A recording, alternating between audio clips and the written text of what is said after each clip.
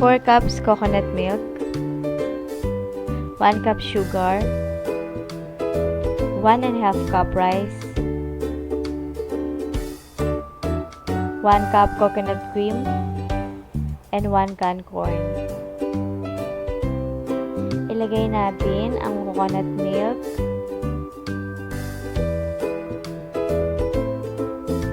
at isunod na rin natin ang bigas. Yung bigas na ginamit ko po dito ay yung ordinaryong bigas lang. Pero kung gusto nyo naman yung malagkit, pwede na naman. Haluin po natin siya para hindi masunod yung ilalim. Medium fair lang po yung ginagamit ko dito. Haluin lang natin.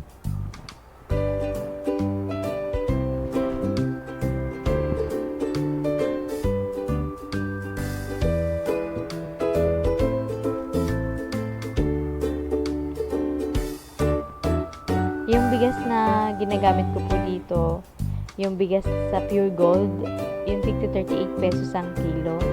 Masarap po siya. Yan, kumukulo na po siya. Lagyan na po natin siya ng asukal. Yung asukal na gamit ko po dito ay brown. Pwede rin pong white.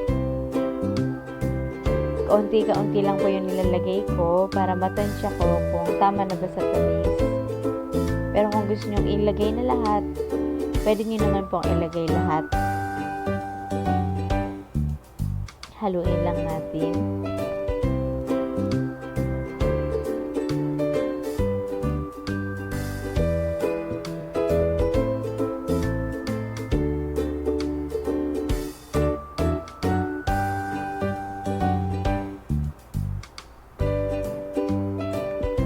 Ilagay na natin ang coconut cream or ang kakanggata. Ito yung nakukuha sa unang tiga. Haluin lang natin siya. Kung gusto nyo maraming kakanggata, okay lang din naman. Pero sa akin, okay na tong 1 cup. Haluin lang natin. Medium fair pa rin yung gamit ko.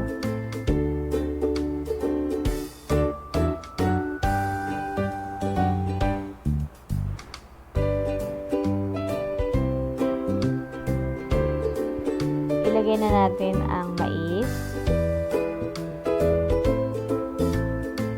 Pwede rin kayong gumamit ng Japanese corn, yung nabibili sa palengke.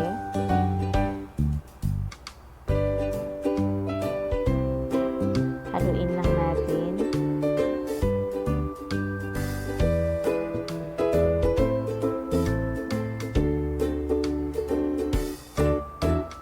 Dito sa part na to, puro na lang tayo halo ng halo. Tapos, tikman nyo rin, kapag kulang yung asukal, dagdagan nyo ng asukal. Sa akin kasi, okay na yung 1 cup.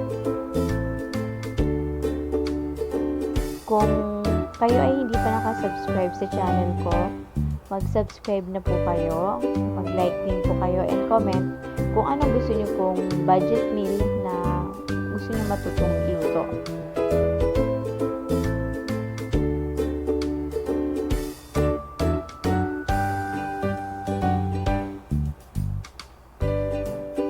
Ayan, kumukulo na po siya. Okay na po ito.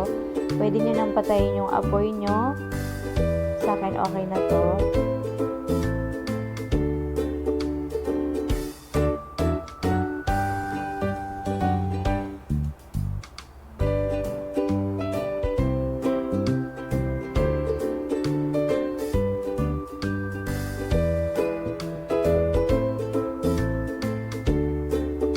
Salamat po sa mga nanood.